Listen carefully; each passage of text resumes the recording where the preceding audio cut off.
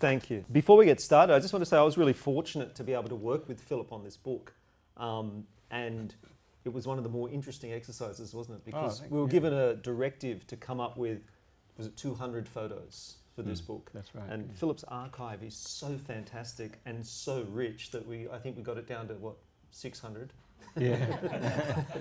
Was it 600 to start with, or something like that? It's staggering, it really is. It's a really great document of Australian rock history at a really interesting turning point. So to get it down to this, it's begging for a second edition, by the way. There's so many great photos. So it was a real honour to be able to do that. Yeah, It was a lot of fun. Yeah, it was. Yeah. We actually had built into our contract, our agreement was an understanding that we would never work in a boring situation. So I think we were on a boat cruise, a couple of Christmas parties, and we were working while being at these things. It made it a lot more fun. Yeah, it was. was great. Yeah, it was good, Jeff. Yeah, thanks. On our left is some archaic equipment that Phil's going to give us a little quick talk. I wanted to ask Phil a little bit about starting out as a photographer and who his influences and who were the people that really got him interested in photography. So maybe that's a good starting point for today. Well, my grandfather got me started in photography when I was about 13. I used to process the film in his laundry and watch the images come up. And he used to use that old Bellows camera there. So can you see that? He I just can't just grab it, but this is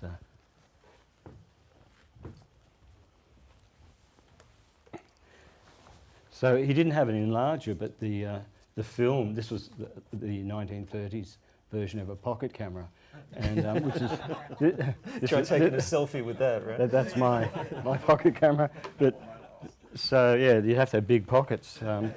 But he used to shoot the Sydney Harbour Bridge when it was being built, and the film was that wide, and so that you didn't need to enlarge it. You could just print it, and get quite a large print.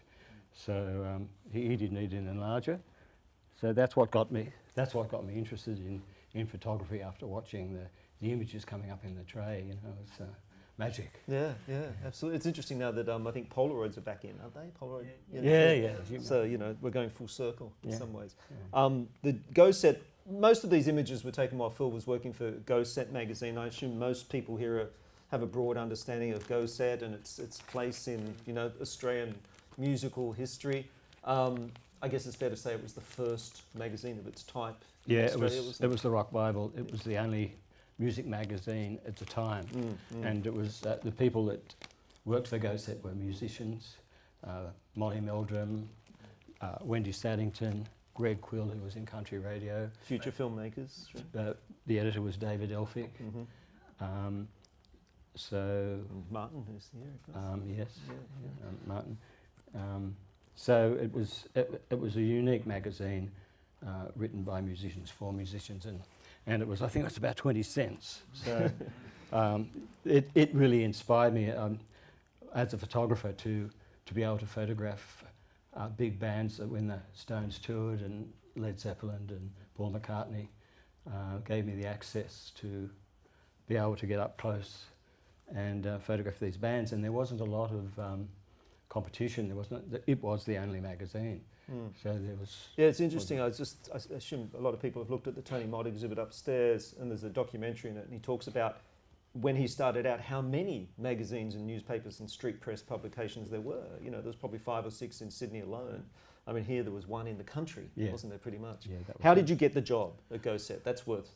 Well, I was at a nightclub in Sydney, just down the road, listening to Doug Parkinson and his band In Focus, and towards the end, people was thinning out, and there were some girls at the table next to me, and I overheard Cleo, one of the girls, saying, "I don't know what we're going to do. Our photographer Grant Mudford is leaving. We've got no one to replace him. He's going overseas." And so I said, "Excuse me, but I'd like that job." And he says, "Well, you have to go and see David Elphick." So this was on a Sunday night, and the next morning, Monday at 10 o'clock, I rang up David, and I was in his office with my portfolio of. At the time, I was an assistant fashion photographer, so I had a portfolio of like that full of models with very short skirts, and David was very impressed.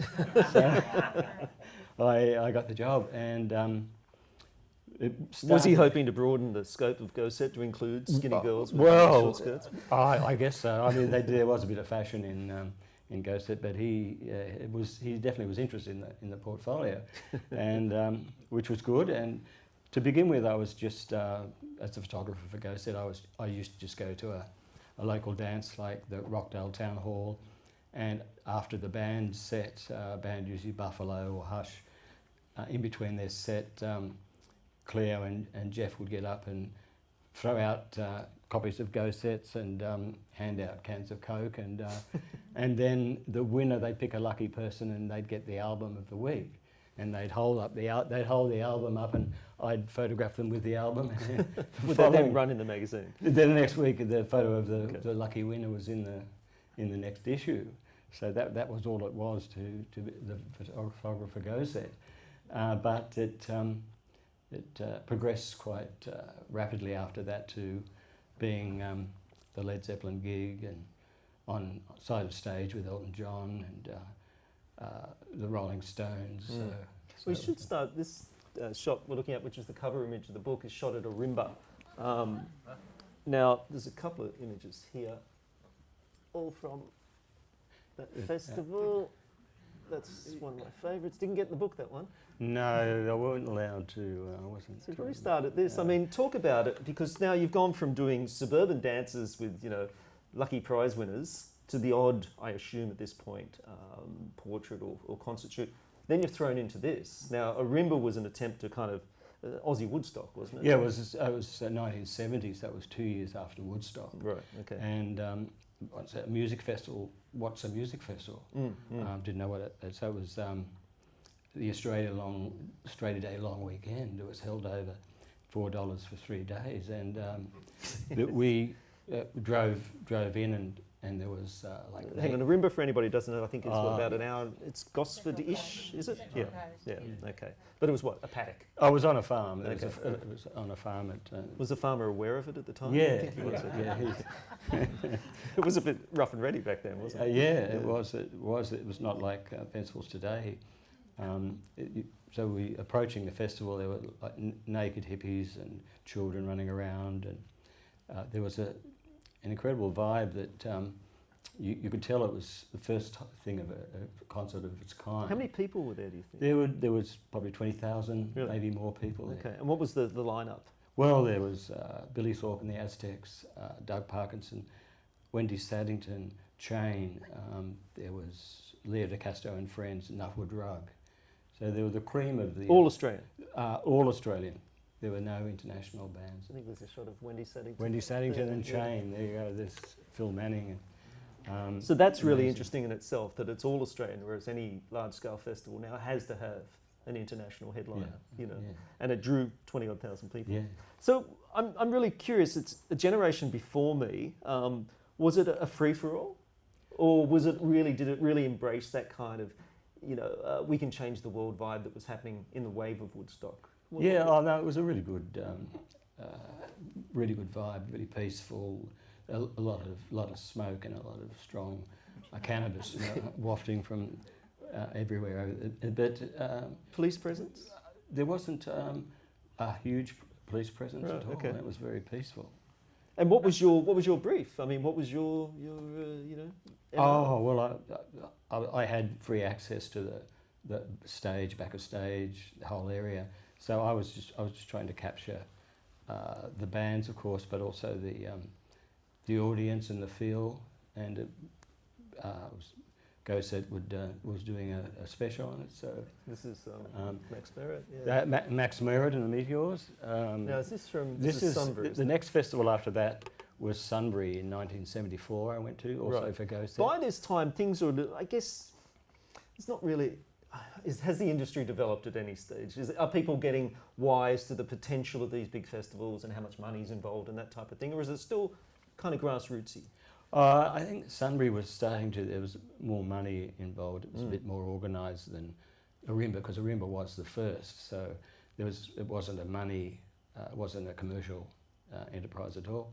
um, the first Sunburys were very successful, and they did have overseas acts that would headline, like Queen played at Sunbury when I was there in 1974, but they didn't go down too well because they hadn't been known here at all, and Bohemian Rhapsody was the following year, and they were kind of booed off stage. Phil, I'm gonna draw a very long bow here and say it probably didn't help given the circumstances. The bill, I think AC/DC were on the bill. A lot of hard rock bands, weren't they? They had a poof. You know, I mean, wasn't that a problem? Freddie Mercury, I love him to death, but I couldn't imagine him really connecting with a really raggedy long weekend Australia Day audience. There's something maybe too theatrical about him, perhaps. Was that a problem? Oh, they weren't received very well at all. Okay. And Freddie Mercury said, well, when we come back to Australia, we're going to be the biggest band in the world. And because then he went away and wrote Bohemian Rhapsody. And they did. They were the biggest band in the world. So, but mind you, he would have been coming on after or before Billy Thorpe? Is that right, or thereabouts? Yeah, before Billy Thorpe. It's an interesting contrast, isn't it? Really, all things considered. And what about you? I'm interested in. So you're at the 3-day festival, and I'm going to say, Phil, that you probably engaged in the festival itself as much as a. You were as much a punter as a participator. Oh, definitely. We're tried to fitting in and be backstage with the bands and just trying to get good coverage of shots. Because so many of your shots are from within the crowd itself. I don't know, people see coverage of festivals nowadays. It tends to be quite controlled. You know, you'll have certain shots, whereas Phil's right in the thick of things. Oh, well, no, he had two beers. And You've got to keep them cold, right? That's Courage Draft and Backstage. That's a guy from Daddy Cool. Yeah, Gary Young. Skyhooks before Shirley joined. Can anybody tell me the name of the original lead singer in Skyhooks? Any music buffs out there? We were just talking about it and couldn't come up with it. Steve Hill. Oh, thank you. yeah, Okay, yeah. there you go. That's Steve Hill. Yeah. So, I mean, in your mind, I understand that you're developing your own techniques and approaches, but at the same time, you're one of the punters too, aren't you? You know, it seems to be quite a different philosophy nowadays where, you know, you're given a certain amount of time, you have to capture whatever you can, and then basically the job is done. I'm assuming you stayed for the entire festival. Oh, yeah, absolutely. Yeah. Slept on site. Yeah, saw all the bands and, stayed in the tent and that was part of it. And, smoked a bit of weed and got right into the action. And I tried to get the feel of it. This is Daddy Cool. Daddy Cool, Ross Hannaford, had a fake heart attack there. And as I say, there were children, they'd be in their 40s now. Where are they now? Yeah. But all these shots really demonstrate it was anything goes. You know, the access was carte blanche. Yeah. You didn't have those controls that are now part and parcel of every festival, even you know the smaller ones. You really don't get that access that you once did. I guess you didn't know it at the time, but on reflection, it must have been a real blessing to be able to work at that time. Oh, it was wasn't told like now. You've got 3 songs and you're out. You can't use a long lens. You can't use a zoom lens. And you can't use flash. You can't. So there are a number of restrictions. But back then there were no restrictions. In fact, they encouraged you to report, take photos, and it kind of helped promote the festival itself. So. So still operating at a very grassroots kind of level. Right. Yeah. And did you ever get bands saying, "Oh, don't show that shot where I'm naked," or please not the one with the joint? No. No, they didn't mind at all. Really? Yeah, they were right into the field of the festival. You were just telling me a story about, was it Billy Thorpe? You know, let's get the photographer stoned. Oh, Billy Thorpe, yeah. Was that a constant when you worked with him? Whenever I met Billy Thorpe, he was always stoned, and he'd say to the guys in the band, "Oh, the Go Set photographer's coming, so let's get him stoned and see what he does." So, tough job. Phil got paid. I mentioned this. You did get paid for this, didn't you? I was on a retainer. Because it sounds like the perfect gig to me. Yeah. No, I loved it. Brilliant musicians and it was a very artistic environment and freedom. It was the best job I ever had. What was the staff? I'm interested. So you were the staff photographer? I was the Sydney staff photographer. Okay. And there was a Melbourne photographer, Colin Beard was the Melbourne photographer. and so like I got the shoot the Led Zeppelin, all the Sydney and the touring bands at the concert. So I had a page called Seen Around that gave me the opportunity to photograph like events like Martin Sharp's Yellow House opening, Jesus Christ Superstar parties, and that I had the vehicle of GoSet to promote the events. So No, yeah, it's a great time to have been involved with this, because obviously the music industry itself was starting to develop as well. So yeah, it was before it became, you know, when people talk, the music industry particularly now, they always talk in terms of money. You know, what's it worth to the economy? How much is it generating? That kind of thing. I think then it contributed something vastly different. I think it just opened a lot of people's eyes to what was still called the counterculture. yeah, right? oh, yeah, it's a creative time, the music. You know, so. We should talk a bit about Alberts. It's fair to say in the last 40 years, Phil, that you become known as the man who shot AC/DC, the man who was there as the AC/DC phenomenon started to happen. What was it like inside Alberts? People talk about Alberts, you know, the house of hits and so on. What was the environment like in there? Viva Riccobono, the A&R lady at Alberts at the time, got me to photograph their session for their third album, Dirty Deeds. Mm-hmm. I wasn't allowed to use the photographs in GoSet. It was a closed set, so I agreed to that, and then I arrived in the studio with a light that I set up to bounce off the ceiling to keep it a dark, sort of moody atmosphere, and I tried to be unobtrusive, hide behind the amp or a screen, so they weren't aware that I was there. So I was lucky to get that shot of the three young brothers at the piano, Which has been used particularly lately. There's Well- been a resurgence of interest in AC/DC. That shot has got some great coverage, hasn't it? Because it's a very rare photo of the three young brothers together, yeah, isn't it? Very they rare. didn't often be working together, so I was lucky to get that, and then Angus is still on work experience at this point. I think yeah, he's about 14 years old. Smoking, though, which is nice. Yeah, it was. I wonder what song they were working on at that time. Do you have any? I can't remember. No, which but you said it was the... that was the Dirty Dirty Deeds, Deeds Dirty record. Deeds Okay. album. Yeah, and so I managed to do shot about half a dozen rolls over a period of It's Harry- Harry and Young, of course. the two producers, yeah. And Harry had given Malcolm his Gretsch guitar, and during the recording session he was watching over him to make sure that he'd tuned it right, you know. Now, you would have done a lot of shots in Albert Studios. Were you getting a sense with AC/DC particularly that something really big was in the making? Did they feel like a band, even what's its 1976 by Yeah, this they point? were starting to get some notoriety. Did you get a sense that this was a band that could have become what they have become? Oh, I had no idea they'd be as big as they are today. Mm. But I knew they had something, and especially with their brothers producing them, with George and Harry producing them. That was the difference with Alberts to other record companies. I think it was George and Harry, because they were the producers. I did a photograph of the Angels in the same studio when they were recording as well. Yeah, they used to work. They'd go and play, and then after the gig, they'd come back and do some recording.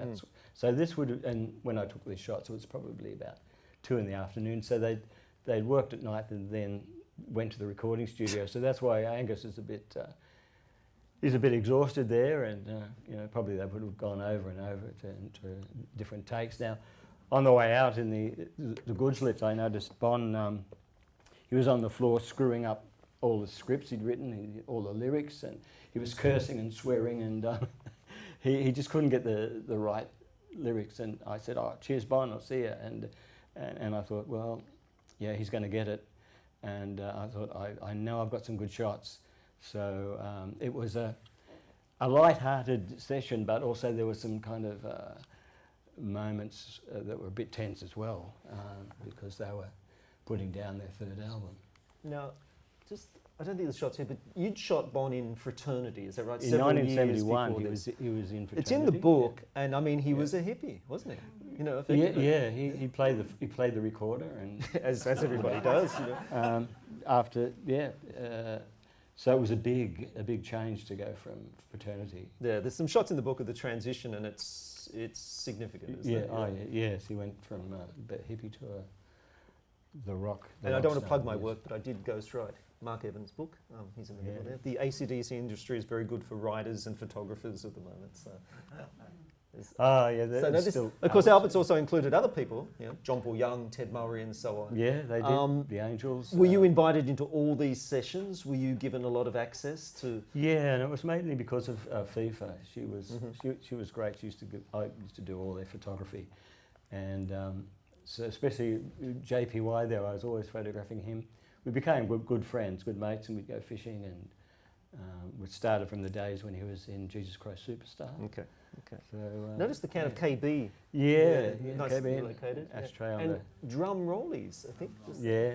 I want to talk a bit about shooting Led Zeppelin. Led Zeppelin, I guess, were they the first big international act that you shot? Yes, they were. Okay, yeah, okay. by So let's 1992. set the scene. It's 1973. 72. We're in the Sydney Showground. Sydney Showground. There's 26,000 people there, and It's Phil in the middle, front row there. Yeah, well, luckily, so when we got with the Go Set with the Go Set pass, I was with my photographer friend Patrick Jones, and we drove in his Jag. We drove behind the stage, and we parked next to Led Zeppelin's caravan. We had complete. There it is. There's the caravan There's behind rock the stage. and roll yeah. production, 1972 style. So we had complete access for the whole of the concert from the front of the stage. So it was amazing. I mean, that Robert Plant there. I'll get that. Stephen McLean wrote a great article in this. Do you want me to read it? Yeah, in this Go Set, which is 5 pages of Plant. So It says that imagery and talent permit Robert Plant to become whatever the music makes him. He didn't perform his songs at Sydney Showground, he lived them. When he said there were 26,000 of us, he was wrong. Robert Plant was completely different from anyone in that audience, which is why we at last had a concert genuinely worth the $4 admission. Now, Phil and I have been doing, we're not economists, but I'm thinking over 40 years, $4 then is probably worth what? $50 now? Would that be fair? How much do concerts cost nowadays? Yeah. Hundreds and hundreds of dollars. I saw Robert Plant just last year or the year before at the entertainment centre. I think our tickets cost $160, but I wasn't complaining. I mean, it was. Phil, you told me the story about getting into the concert. You just, again, it's an interesting, and it's a theme that comes up throughout the book about the difference in access. Nowadays, you really have to go through quite a process to get even remotely close. And it's an interesting contrast. I guess Tony Mott, whose exhibits upstairs, is an exception that he does get close to artists, but that's very rare nowadays.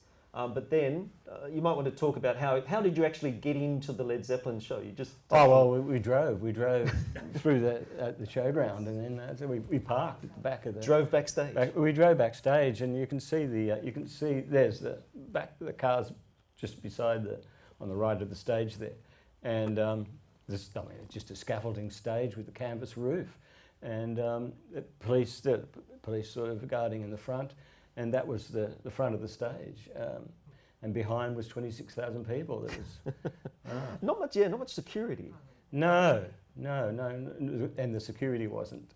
They weren't as pushy, as tough as they are today. I think nowadays you'd see probably a marquee, some kind of VIP section.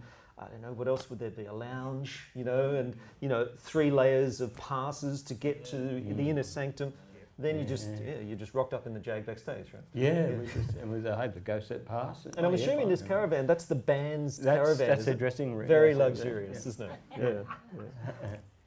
Okay, we'll move along a little bit. The JOK. JOK, Phil was lucky enough to become JOK's official photographer. Yeah. How did that connection come about? Well, I probably started that day I took those shots, which was in his girlfriend's flat in Rose Bay.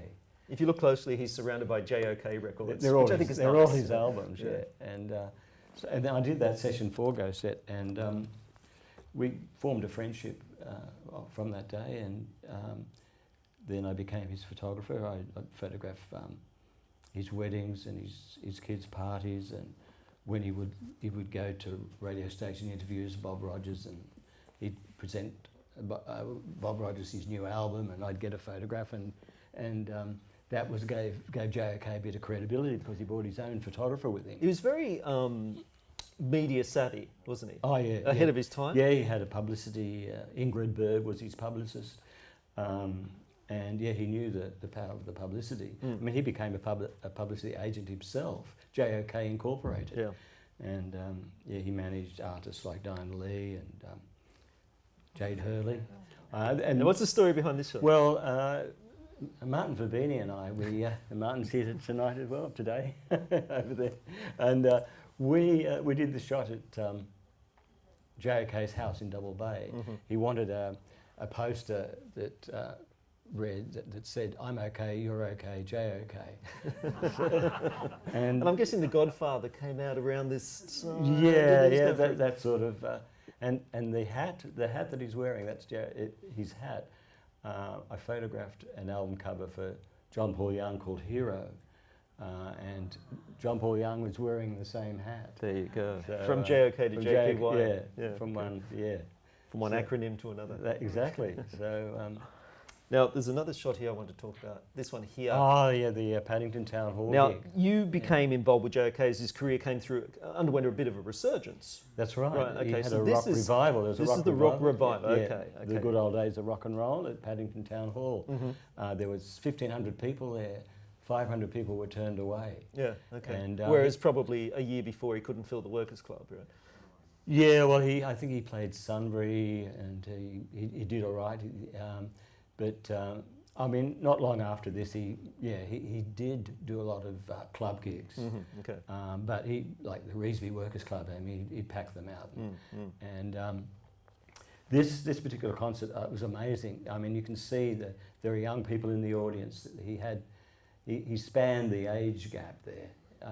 I think it's very true, and it was really interesting to you. We were very deliberate about using this in the book because if you look closely, you're right. It's a much younger audience, and in fact, there's a young guy in the front row there with a beard who looks remarkably like a young Philip Morris. If you see him there with a Paisley shirt, still in the wardrobe, Phil. No, right, unfortunately. But after, so another interesting thing that I learnt working with you was that afterwards, the show's finished, 1,500 people have piled back out onto Oxford Street. And who do you bump into? Well, when everyone's leaving the Paddington Town Hall, I lived in Paddington, not far, so I walked out the front and I was heading home, and to my surprise, John was hailing a cab out the front after playing this amazing gig. He was out the front. He had no entourage, no driver, he was out the front hailing a cab. Yeah, where's the limo? And I said, "Oh, John," and he goes, he says, "Oh yeah, hey, do you want to smoke?" And oh yeah, okay, yeah. So he pulled out a joint of Acapulco Gold because he never did anything by halves. Of course. It was. I had a take. It was the strongest I'd ever smoked. It just spun me on my ass. And John just patted me on the back. He said, "Well, see you later," and he jumped in the cab and he was off to the next gig. I mean, he was truly a one-off. It's a great photo though. That really captures. Oh, there's a Paddington Town Hall. It's chock-a-block. It was the rock and roll revival. Okay.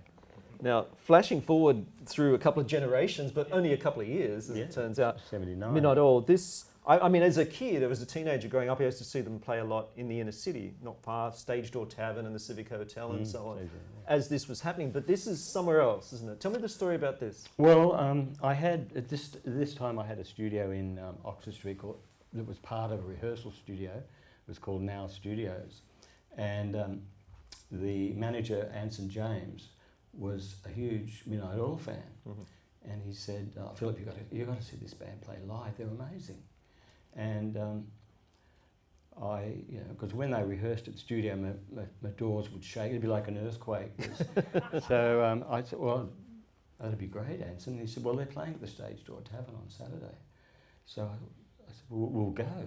So we went down, and there was a line. There was a queue around the block at the Stage Door Tavern. Are many people familiar with that venue? It was like a. Yeah, it was a dive, but it was it was a big gig to play in Sydney, wasn't it? If you were a band on the way up. It was, and they'd squeeze in what, 1,000 people into a Oh, 300 capacity. It was, Yeah. yeah, it was. So there was sweat running off from the walls, and the band were amazing. The guitar and thrashing drum sound, and it was a very low ceiling. And Peter Garrett's head was He used to hit the scraping on it. pipes. He They were used to hit the exposed pipes piping. on the, and he was amazing. He'd be doing his wild thing, and I just said, Hanson, you're right. They're just incredible. Mm. So a week later, their manager Gary Morris said to me, "Look, we've got our new album coming out, and we're looking for a good live shot for the cover." And we said, "We're playing at the Sands Hotel in Narrabeen." Because they're a Northern Beaches band, aren't Yeah. they, essentially? Yeah. Yeah. So they're on home turf. Yeah, yeah. And the same thing, I turned up at the Sands Hotel. It was packed, it was only a small hotel, but it was absolutely...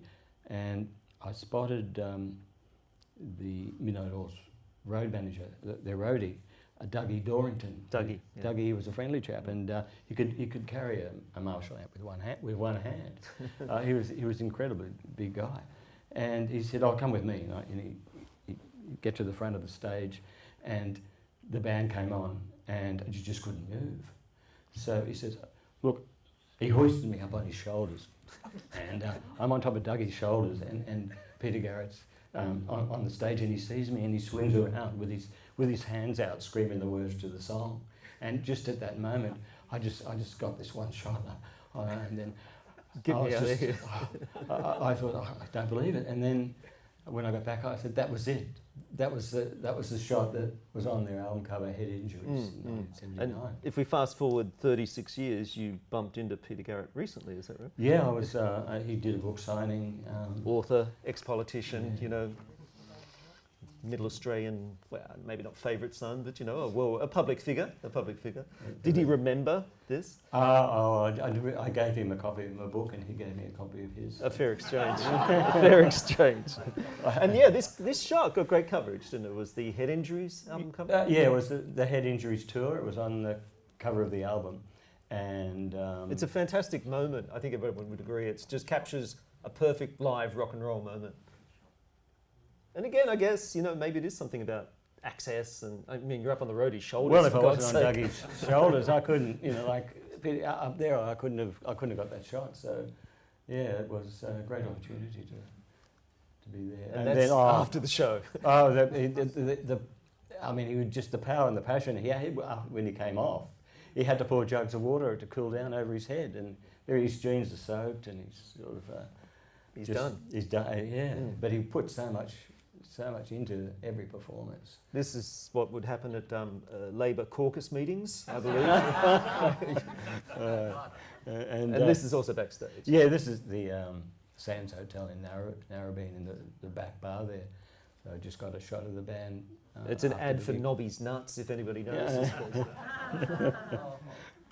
Okay. Oh yeah. Okay. Now, this is the Angels. Let's take a long line in this mm. one. Yeah, this Angels. Give me the background to this. Had you shot them and seen them play live? Did you know much about them? Again, another Alberts band, weren't they? Yeah, the Alberts. yeah. I did their first publicity shots for Alberts in 1974. Okay, you'd shot them as the Moonshine. Someone help me. The Keystone, Keystone Angels. Yeah, Jug and String Band, is that right? Yeah. Keystone, yeah. Okay, which are again in the book, those early shots. But Doc's become a completely different persona by this stage. Yeah, well, I'd photographed the inner sleeve of their first album, which was Face to Face. Mm-hmm. And actually, Martin will remember this because he was there at that session as well. But this In fact, one of the Face to Face. it's credited, the photographic credited as Philip Morris and Martin Fabini. Oh, there you go. On the Face to Face. Now, So- what was the brief for this shot?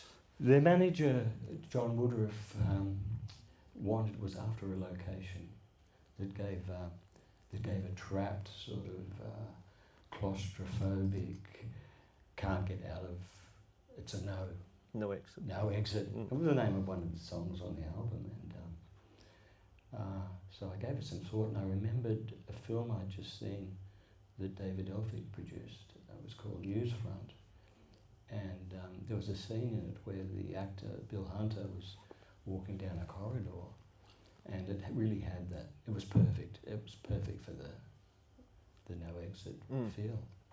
Where was that shot? That was, as it turned out, a friend of mine worked at the Steve Wood.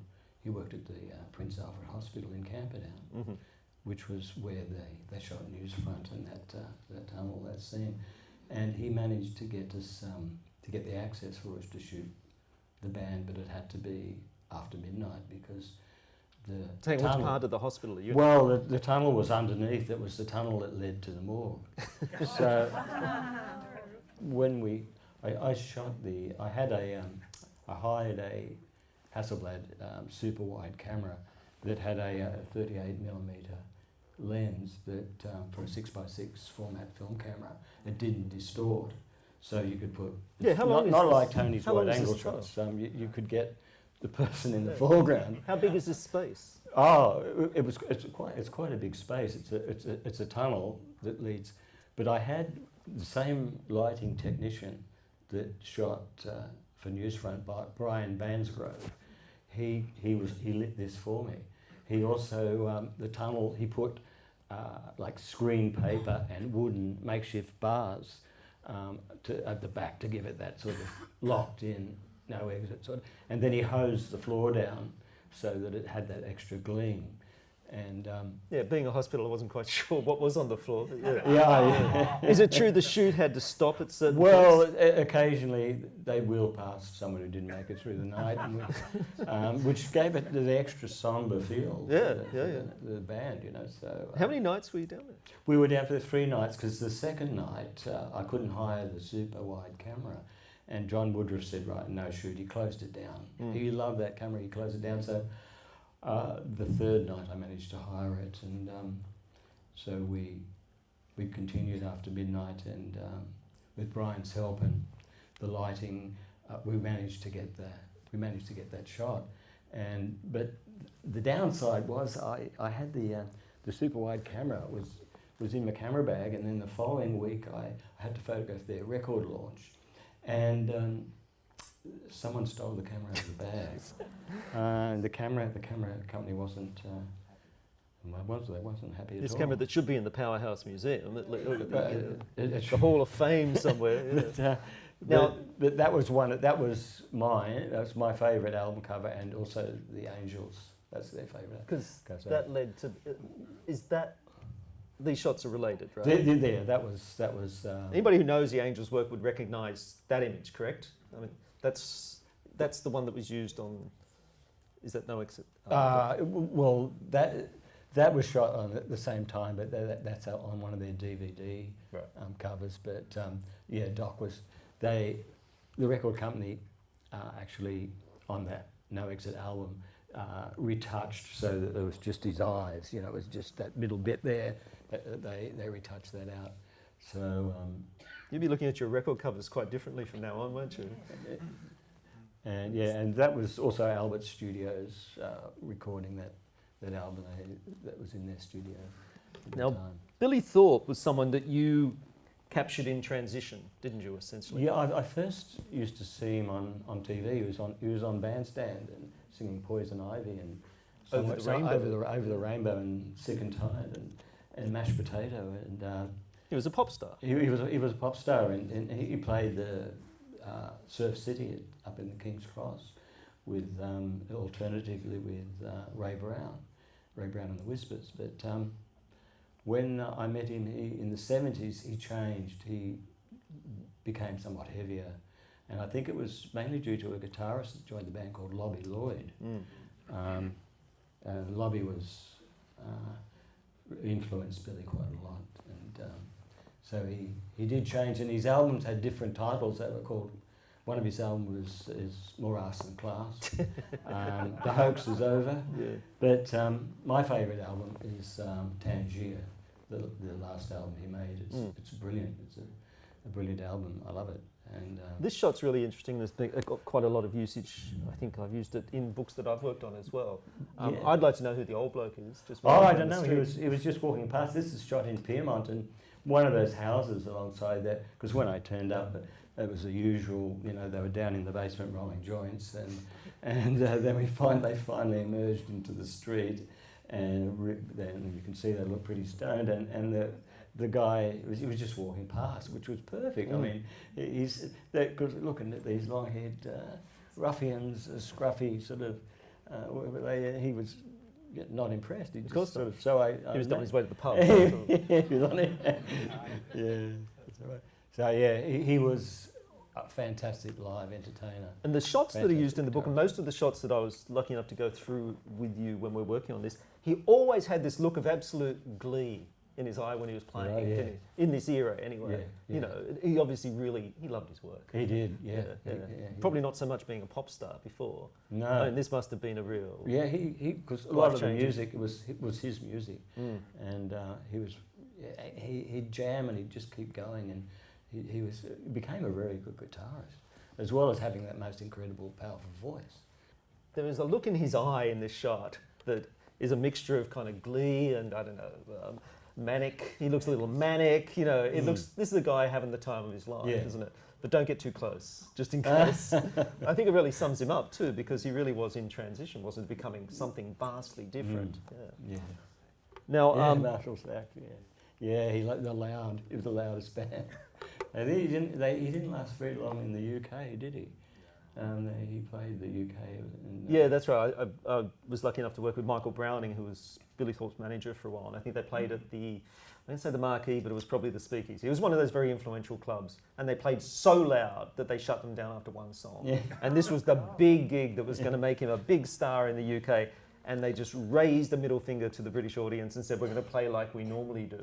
And Yeah, it didn't last about 2 minutes. I Yeah, believe. go, F you and So much for that career. number 10. Now, what you're capturing all these great local artists, but at the same time, you are continuing to shoot international acts. Nothing says rock and roll more than the old Spaghetti House. The Spaghetti Factory down in Sorry, the Spaghetti Rocks. Factory in the Yeah. Rocks, Yeah.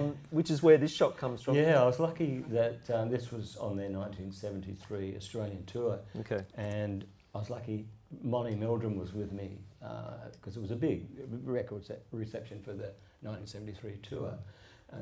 It's worth saying, sorry, Molly is also part of the Go Set He was, staff, yeah, he wasn't wrote for Go Set, and so he was working for Go Set at the time. So he managed to tee up a lot of the shots for me. But unfortunately, this time my flash wasn't working, and so Molly would get the guys in the back of the tram in the Spaghetti Factory. Does anybody remember this place? Yeah. Okay. It was a restaurant, but it was also kind of a venue, but not a live venue. Was it? It was more No. a place you had, I don't know, parties and things like. Is that correct? Is it? Yeah. I can't think of a modern equivalent. I guess like a downscale Ivy or something, isn't it? Yeah. Is that? I mean, I don't know. But anyway, so they've got a tram in the middle of the Yeah, place. the Bondi tram in the middle, and that's where As you they were lined up, but my flash wasn't working, so I'd go, oh no, and then Mick would go, oh look, we'll come back when you got it together. You know, and then I go, oh, I had Mick and Keith in front of me, I go, oh no. So finally, I got it working, and Molly said, all right, okay, you got him back in again, and this time and it's not working, and then it worked, and what's happening is Charlie's really going, oh, F this, and Mick Taylor and Nicky Hopkins are, oh, we don't want to be They don't want to be here. Yeah. and Keith's sort of Looking for his dealer. looking for his And Bill Wyman, I think we agreed on this, Phil. Yeah, He's just looking for a blonde. yeah, isn't there's he? a young But blonde it's chick. great. It's a real slice of life shot. It's It's- not staged. It is staged, but it didn't quite work out as it should. No, it's sort of like on the road. sort Turned of, out a lot the better. road. Yeah, Yeah. yeah, it was a bit more spontaneous, but Mick's birthday. yeah, Mick's 30th. That was 30th. Is anybody having trouble thinking of Mick Jagger as 30? Unfortunately, he's locked as a 70-year-old man. Yeah, that was the they played Ramwick, and yeah, it was an amazing Nighttime concert. this time. Yeah, Ramwick at night. Yeah, Finally, yeah. yeah, it's a great concert, and Now we're back to some. Okay, this gig. I think it's fair to put AC/DC amongst those international acts. Your final encounter with Bon, wasn't it? 1979, the last time that I saw Bon live. What was happening? I got word from their sound guy that they were going to do a surprise gig at the Strata Motor Inn at Cremorne. A band called the Ferrets from Melbourne were playing. And It's an interesting double bill, isn't it? So I arrived in AC/DC Bon, and Harry and George, they were backstage having dinner, and Bon and a few scotches. And I had my girlfriend at the time was Rosie, And I introduced her to Bon. I said, "Oh, Bon, this is Rosie." And he goes, "Ah, Rosie." And he, oh, he's had a few too many scotches. And Or does he know my girlfriend? Right? well, I thought, yeah, does he know? I don't know what you've been up. And so, like, they walked on stage, and the 100 punters in the pub, their jaws dropped. They couldn't believe it. And like Angus would be up on the table and with his shirt off and doing his trade there, just not missing a beat in this small pub. And then 3 songs in the set, he sang Rosie, and I go, oh no. And then, so later on afterwards, he did come up and say, no, Rosie's actually a friend of the band, a really good friend. A very big friend of the band. So I was relieved. Yeah, that was an amazing gig because 100 people, and I had this time a flash did work, and I was just the only photographer there, so I just kept shooting. It's amazing, isn't it? Yeah. So lucky, and this was the first live gig they did in 1975, Victoria Park, and you've got that. They were again incredible because Bon would be on one, like he's on one side of the amp, and Angus on the other, and then he'd go down in the audience, and this is before the radio mics, and the road crew would just be feeding the chords while Angus is on Bon's shoulder in the audience. They were just incredible action, and this was another video shoot down in Lavender Bay near where my studio was in Blues Point Road, and that's my old Celica car there with the police light on it, and the policemen themselves were all Michael Browning's on the right. He's the manager. And it was a staged sort of jailbreak. Who's the other one? Is it Pat Pickett's or something? Yeah. Who's the other guy? And the other guy was one of their roadies. Okay. So yeah, that was a great session. They were drinking lots of. Yeah, I can't help but notice. There seems to be strategically placed bottles and cans in almost every shot that you took. You mixed work and play, right? Yeah, they did. Yeah, they did. Paul McCartney, you spent a lot of time with him when he was here in 1975, 75. the Wings tour. Sorry, and it's not the Norman Gunston tour; it's the Paul McCartney tour. Well, yeah, this was funny because Norman Gunston or Gary McDonald, he this was in Perth at their record reception at the beginning of their tour, and Norman Gunston came up to me and said, "Don't tell them who I am." So then he started to interview them, and while he was interviewing Paul and the band, he fell asleep. So eventually, I think Paul got wise to what was going on, and so he fell asleep too. So yeah, I got a shot. They were all sleeping, and the press was, "What's going on there?" They're just on the couch asleep. So it was a fun time. So I did get some good shots on that tour in 1975. I think there's some shots there of... Phil's not mentioning too that he shot Nylon Degrees cover, which is Norman Gunston's album, if anybody's familiar with that. It's in the book. Stand-up of... Silk Degrees. Silk Degrees, so Buzzcocks. Yeah, Buzzcocks. That's Stella McCartney, isn't it? Yeah, this was... when we travelled, the band and the crew, we'd stay in hotel rooms, but Paul, Linda and the family, Stella, would stay in private houses. So when they were in Adelaide, they stayed up in Adelaide Hills on the farm there. So I was lucky that they had a film crew with them as well, because they were shooting for their Wings Over America was their next big stop, and they were filming it for a documentary. So I would try and get with the film crew, like the film crew would have more access than me, have a greater access to, they'd be going to their houses, and so I got word of this, so I'd try and travel with the film crew, which they let me do. So I managed to go to the, on Adelaide Hills and to Palm Beach when they stayed, and this during the rehearsals.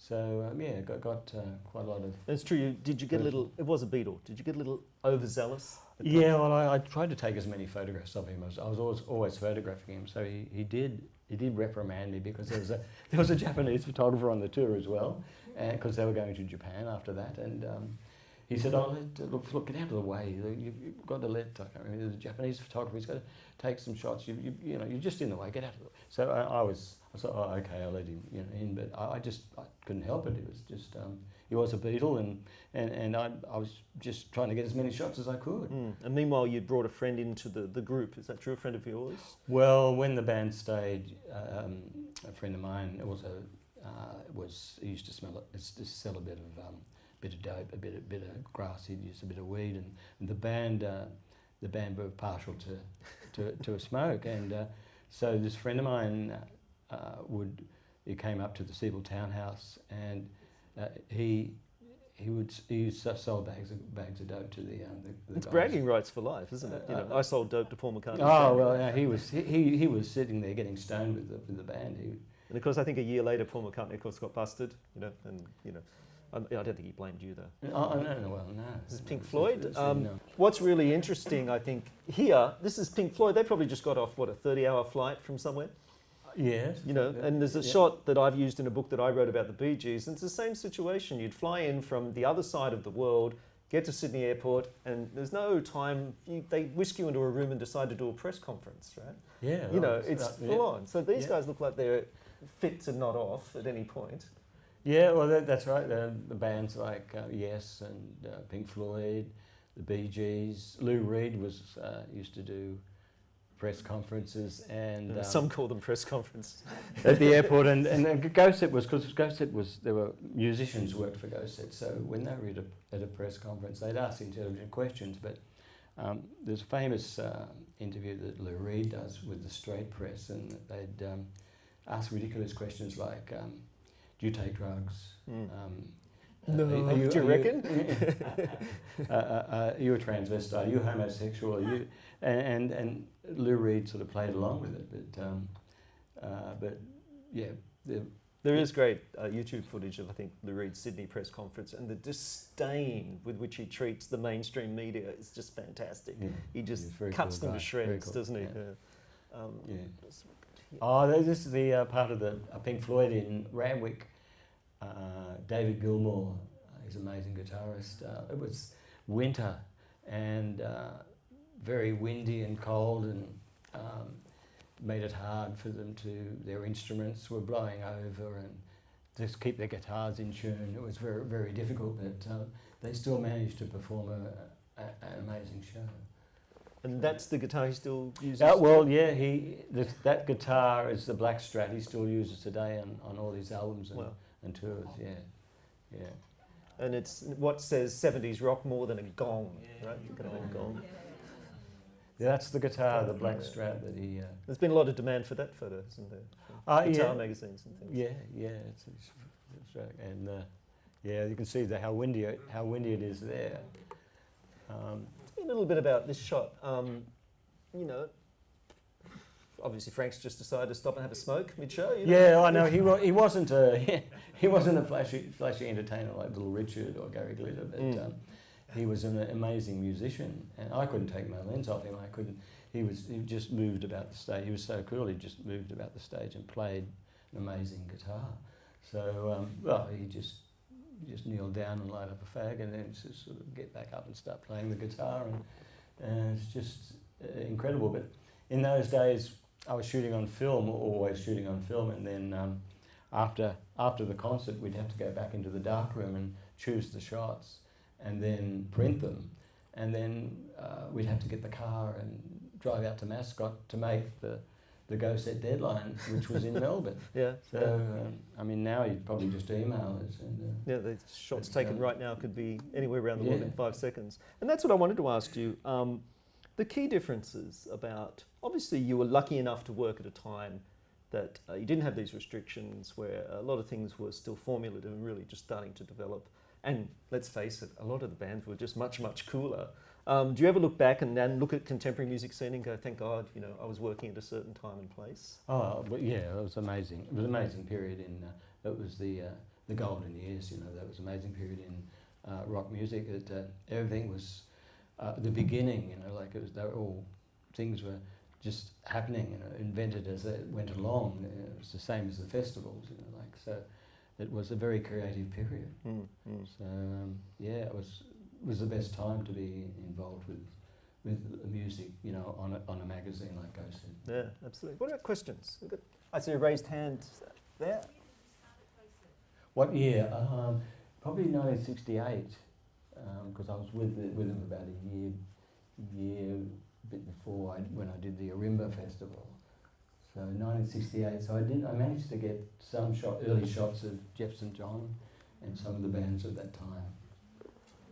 Yeah, Lou Reed. Nice doing the press. That's the Bee Gees, of course, at the airport. Morris Gibb in his rarely known alternate position of working for the CIA, if anybody knows. We're back to the start. And that's it. Yeah. Sorry, there's another question. Oh, sorry. So Phil, Yeah. it's been a great talk, by the way, very good. Oh, thank you very much. And of all the acts you saw, Australian acts, who was your favourite live act? Lou Reed would be my favourite. Of overseas, what about Australia? What about Australia? Oh, Australian, AC/DC, yeah. And last question, and of the girl singers, the rock and roll singers you've seen in your time, who was your favourite girl singer? Wendy Saddington would have to be, yeah, she's an amazing blues singer and put so much emotion and feel, and she was only tiny and she really put a lot of soul. She was, yeah. Yeah, that was a tough Beautiful. edit for the book, wasn't it? Because I think we had Yeah. probably 7, 8, maybe even 10 Mm. shots of her that were just fantastic. Mm. I think we got it down to a couple in the end. She was great to regrettably. photograph, Yeah, yeah. second book. Yeah. Yes. You both worked with Mark Hunter with Dragon, Mm. certainly as you went on to RAM and Jute magazine and freelancing. Just interested, were either of you involved in photographing Mark in the later stages of his life? I only Maybe wrote some about him. But stories? Phil photographed him. There's some great shots in the book of that.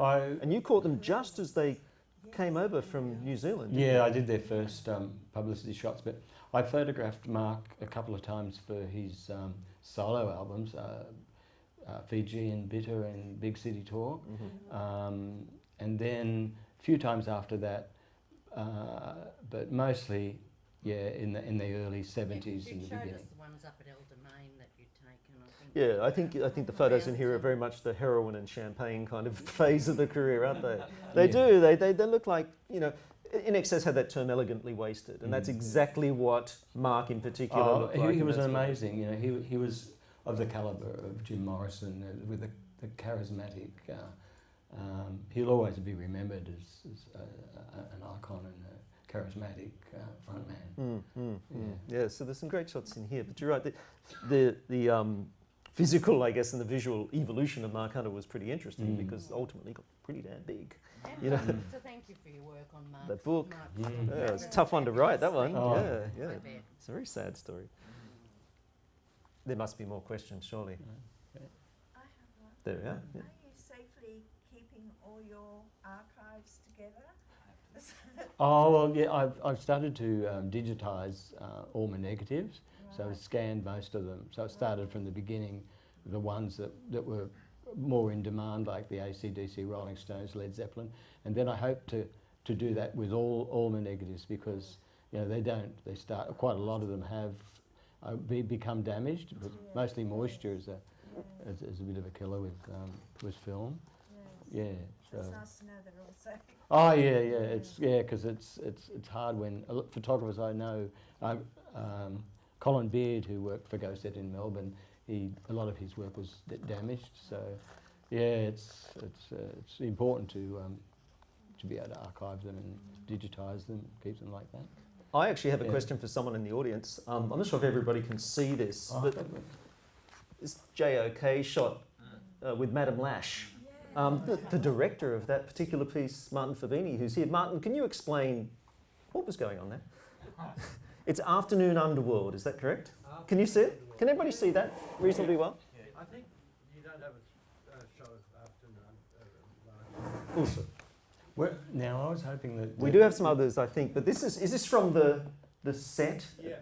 Okay, okay. That was an avant-garde piece that had been funded by the Experimental Film Fund, and Philip and I worked on the idea of a talk show called Afternoon Underworld, and Because the idea of Madame Lash and JOK coming together, it's an interesting... that was a perfect combination. Who else was there?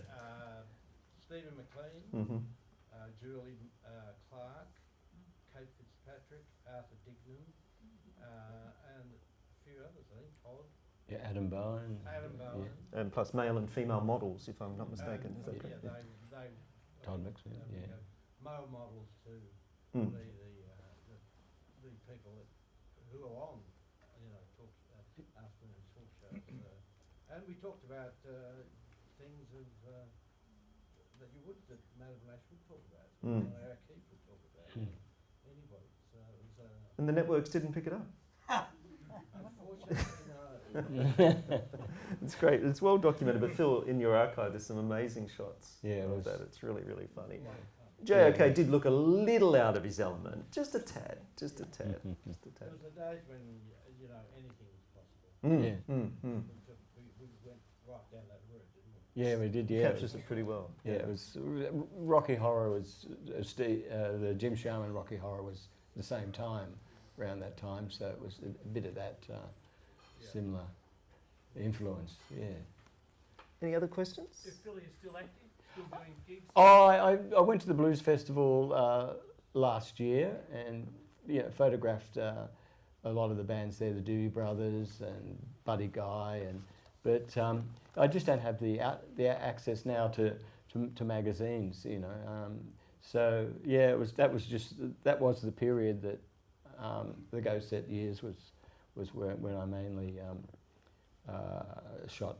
But I still like going to see the current crop of bands and there's a lot of really good ones out there too. So yeah, I still love going to gigs and taking the camera occasionally and trying to keep my eye in and. You've got your new camera down there. Yeah, yeah. This one here, yeah, cutting edge. Yes. Sorry, I'll come to you next. There's, as you said, you started off on film, which meant that you had to do the actual processing and then get the shots in. Now with the digitised era, it also means that there's a lot more freedom for people to freelance. So in a sense, I've just done freelance photography for the Nimbin papers on and off for years at unpaid because everybody's got a digital camera, but just I happen to be there. It kind of takes away from what a photographer could do, the skill. Yeah. How do you see the changes? Yeah, that's right. I mean, you had to have a bit of an idea of the lighting and how to push the film and how to process it. It was a skill, and now with high quality digital cameras, you can shoot video, pick a frame out of the video, and basically use the frame. So and you can just go through and delete, and then that's a bit out of focus, and take another one. So the skill, the craftsmanship of shooting live gigs is gone. And therefore the setting up of shots like you did also isn't happening as much like the album covers you set up for. Yeah, it's a different technique, I guess. Like the Angels No Exit have a film technician like Brian Bansgrove come and light that tunnel and then shoot it on film. Was a sort of a craft that I don't know if is still or very seldomly used today. Let me ask you this. So if you had the digital technology that's available now, shooting in the 1970s, how do you think you would have fared? Do you think it would have made your job easier? What changes would it have brought to your gig, do you think? Well, it would have made it a lot easier to shoot, and of course, there would be a lot more people that would be photographers because you didn't have to go through the learning the craft to know about exposure and how to process film and how to judge lighting. Because it's done on computer now. Sure. Might have made you a little lazier, perhaps. Oh yeah. Not. So you had a question, yeah. Oh, sorry. Hi, Phil. Hi. I was just going to say, before I ask the question, when I go to concerts everybody seems to want to be a photographer. And they want to be writers too, trust me. And you want to have a big bloody sign, even if the management or whoever says, please turn your mobiles off and whatever. And I just think, I wish they'd have a dirty big sign at the front, please leave your mobile at the door or something. You know how like in those old Western Yeah, leave it. Hang on, Leave no, if your you're at horse a show outside. nowadays, you have to ring your friends to tell you you're there, you know, while the show's going on. Well, I find really frustrating, even with all the merchandising and that now. Once upon a time, if you had the stub of the ticket, that was like euphoria, you know. But now you get bombarded with merchandise every which way. Now, my question is, Phil, did you manage to do any photography with the Easy Beats or Oh, yeah. Bob Dylan? Yes. I photographed the Easy Beats quite a lot. Unfortunately, I missed Bob Dylan concerts, but Was that on purpose? no. Oh, well, no, it was, I just happened to be not around. When he was touring, I probably was somewhere else, you know. But the Easy Beats, that's a good question, because you captured a big moment in Easy Beats history, didn't you, really? The end of the line. Well, it was a bit Almost before the last tour. I didn't, not their reunions, but when they came back from the UK in 1970, they did a show at the Trocadero, and that was quite an interesting show. They still had the fans, you know, they still had the screaming fans. Yeah, I think and you the captured the last wave of, you know, Easy Beat mania, as it was. And then Stevie went on with a solo career, and he played the Opera House with his huge hit Evie. So, a good and- band to shoot, I would imagine. the Oh, Easy he Beats. was amazing to shoot. In fact, that AC/DC Victoria Park gig, they supported Stevie Wright. Stevie Wright was the headliner, of course. But I think AC/DC kind of stole the limelight. They would have been a hard act to follow. I Yeah, think. but It's just that my sister and I used to hang out the front of their house in Burley, Oh. like trad chicks. yeah. Okay. And Angus Young he was about 7, and he used to sort of play around that sandstone, I think it was Uniting Church or something, at the end of the Oh, street wow. on Railway Yeah. Parade. Yeah. And I used to think, you used to look at the sisters and say, oh God, you know, like, who are you? But, and, you know, when they came back from England the first time with all the Edwardian... Yeah. I think if you look at the shots in the book that Phil, particularly with Stevie Wright, you can see a little disintegration of character there too, can't you? You can see him heading into a fairly dark phase of his life too, I think. He looks That whole thing of Evie down at the Opera House still makes me cry. Oh, it's yeah. fantastic. He That's had so much talent Yeah. and such a brilliant voice, Yeah. even when he's singing it, but you can see, you know, all the sore marks. But aren't you glad that was filmed? Because I think that's one Oh, of that the is great moments in beautiful. Australian It's a rock history, really performing that beautiful- song. It's a really beautiful footage. Yeah. And he sings it with so much passion, but it just, I don't know, it just sort of gets me Be nice to, emotional. well, it'd be good to have frozen that moment in time, I guess. Yeah. You know, absolutely. Yeah, and I don't know, is that shot in, there's a lot of Stevie Wright in the book. Oh isn't yeah, there? there's from the Opera House. In fact, there's some shots of Stevie at that Opera House gig where it's got Harry plays guitar, Malcolm plays guitar, and so it's a bit of the Easy Beats and AC/DC, and it was the Alberts family. They all Oh, God, yeah. helped each other A out. real moment in Australian music history, isn't it? Yes. Just a profile following on from that, because this is all archival material. We're in the State Library, and you've talked about this is being in at the genesis of all that. But with the advent of digital photography and the fact that everyone can be a photographer, and I'm just wondering now if people will be able, you know, because there's still music's still evolving and Yeah. there's new bands and all the rest of it. But if you go to like Byron Bay and you've got, you know, 20,000 people with their digital cameras, where digital photography for the complete for dummies, you know what I mean? And a lot of people like, oh, that's a great shot, and they go, no, it's just the camera, you know, I haven't really that talent. Where's the place for someone like you to document that history? Because there'll be so much stuff out there. Are people really going to be going, well, I want to see a book like this anymore, or you know what I mean? Yeah. Is this a real end of an era thing? It sort of is the end of an era, but there are some very good photographers still out there that have the eye to capture on digital.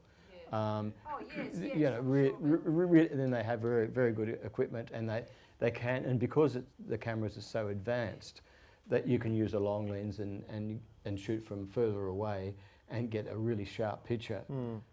Maybe that's it, the use of the new technology, learning those who are going to use it best are the ones that are going to be, they're going to be more proficient if you really explore the possibilities rather than just point But and are shoot. they going to be working in this field? I mean, are they going to have access people? You know, I'm not saying Yeah. There's not so many outlets There's going to be now. artists in digital photography because that's a medium all on its own. Yeah. There's going to be people who know how to take that par excellence. Yeah. But are they going to be working in this field? Like if what's Pink or someone like that come out on their big tours? Yeah. Do they have people like you who are going and we want to document Yeah. all of this, or is this just? I mean, from a Transit. writer's perspective, there's just not many outlets for it anymore. But Rolling there- Stone magazine has shrunk to about 1/10 of its former size. Most good photos are posted online straight away. As far as capturing something and really utilising and developing its fullest potential, barely exists anymore. A lot of photographers will be shooting video too. Yeah. A lot of videoed with a lot of detail with the digital cameras now. And then from the video, you can pick a still shot from that.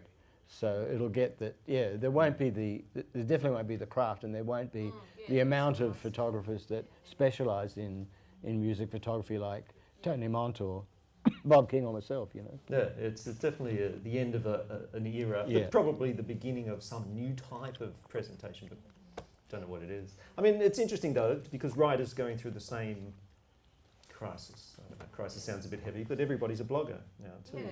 You know, and look, the one good thing about being a writer is that it's easier to tell the difference between good and bad writing. So, you know, because what I'm trying to say is if you've got a good camera now, there's a chance you're going to take a good photo, you know. But it's still, there's a little bit more involved, I think, in writing a 1,000-worder that's really going to grab the attention of someone and scribbling 1,000 words on a page, you know. Sorry, we should probably should make this the last question. Yeah, thanks. I just wondered, can you expand a little on it for us? Not so much GoSet because I'm just a little bit younger than that, but you and Bob King, Yeah. great admirer of your craft.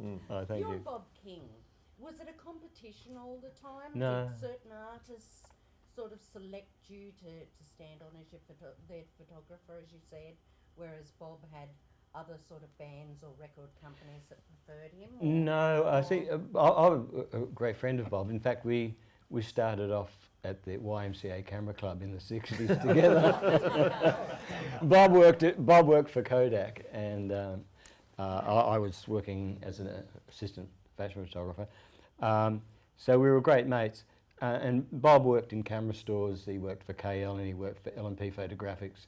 And it wasn't until later on he could see that, you know, that I was photographing these bands. And Darryl Braithwaite used to come in. Darryl Braithwaite and Rick Brewster from the Angels were keen photographers, and I'd send them along to Bob, and I'd say, oh, you know, Darryl's interested in, can you recommend a camera? So Bob sort of started to get interested in bands back then. So then he started coming along to the gigs. And so he kind of took over where I left off. So you realise you created a monster. Ah, yeah. Bob can't stop. You know. Who are your He other can't. peers? Well, there was Peter Garrett. He was Who was a more paparazzi? yeah, more style? paparazzi Yeah, style. okay. Patrick Jones. I'm trying to think who else was around at that time. See, as I say, Just a handful of people. just a handful of people, and that's why the Led Zeppelin concerts and the Stones concerts, we had the access, because it wasn't like now if you go to a blues festival or a concert, there's like about 20 photographers in the pit. Yeah, it's a vastly different thing. Last year, this year was 120. 120. Where was this? Blues Fest. At the Blues Festival. Thank you. Yeah.